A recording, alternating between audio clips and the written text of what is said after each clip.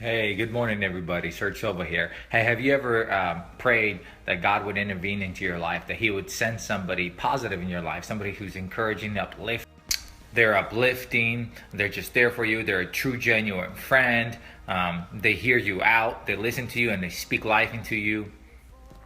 Or have you ever prayed about, hey, God, send me on a mission, I want to do something, I want to make a difference, but you just feel kind of like a couch potato at home right now? See, a lot of times, without even knowing, we mention to God our wishful thoughts of the people that we want to become, on who we want to be around. But there's a slight disconnect because we're not quite there, and it always becomes like a good dream of ours or a fantasy.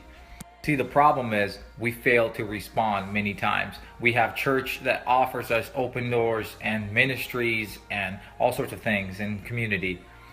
A church might say, hey, we're doing a canned food drive or collecting shoes to Africa. And a ministry might say, hey, let's go out in the street, let's feed the homeless. And you're sitting back and you're thinking, well, I want to go to Africa or Mexico or some other country and I want to serve God that way. In the meantime, you're just kicking back and you're like, God, send me on the mission, and you're chilling on the couch. Look, I'm not saying going overseas is a bad mission. That is your heart, but it's an overall big mission. And let's be truthful. It's a mission that you quite don't understand the steps that are going to get you to there. You don't know that. It's just a good overall image. So although it's a good idea, you're still sitting on the couch and you need to step forward to go there, to approach that mission. Proverbs 16:9 says, the heart of man plans his way, but the Lord establishes his steps.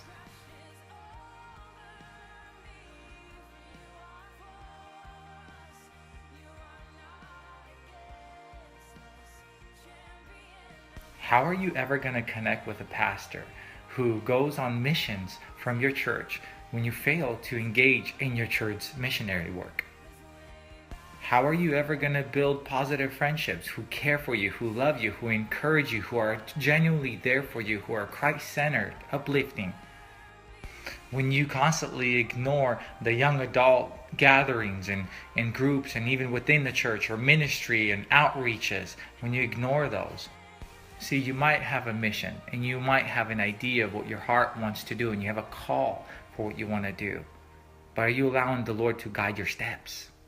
Although just yet, it might not be your ticket to Africa or Mexico or where your heart is calling you to do, but becoming involved within your church outreaches and fundraising, becoming involved in your young adults groups and different ministry outreaches right there. How do you know that God might not bring a person into your life that will lead you to another step of what God has planned for you and get you closer to that vision that He's been putting on your heart?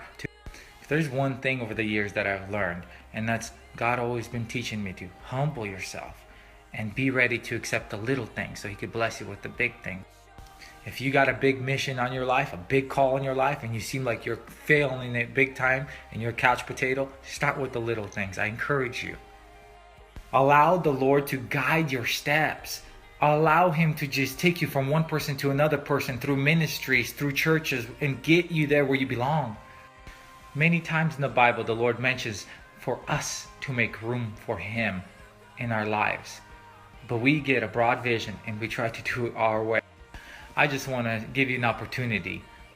We as UFK, United for the Kingdom, a body of Christ from all different churches and non-believers even, for one night, we gather under one name, and that's to drop our differences and see what the Lord has for us, for each other.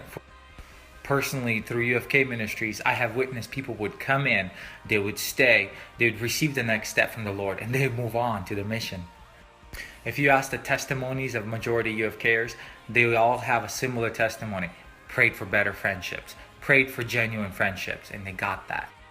I just want to invite you tonight, this Friday. We're meeting at Portland downtown at the waterfront, the whole fountain place, you know. You might have a big calling on your life, but don't miss the little details about the life. Get plugged in your churches, get plugged in ministries, go out there and receive the next.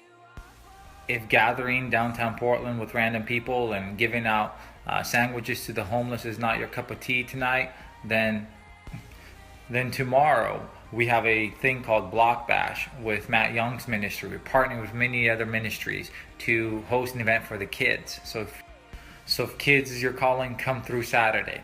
If you're looking for a church Sunday, come do Church Flash with us, where we're going to just bombard a church. And we're going to inspire other young adults and other people and meet and greet and create fellowship and friends through this church and ministry.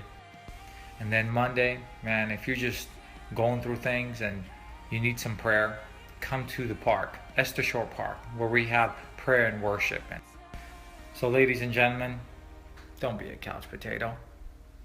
Get out there and do something. Get plugged in. Go and receive your next step that the Lord has. You will be amazed that if you say yes to the little things in life and you actually care for the little things in life, how quickly He progresses your life step by step. Go ahead and screenshot the next address for all of the events coming up. Those are your doors for opportunity to go and serve. God bless you today. Dwell on Proverbs 16:9. Peace.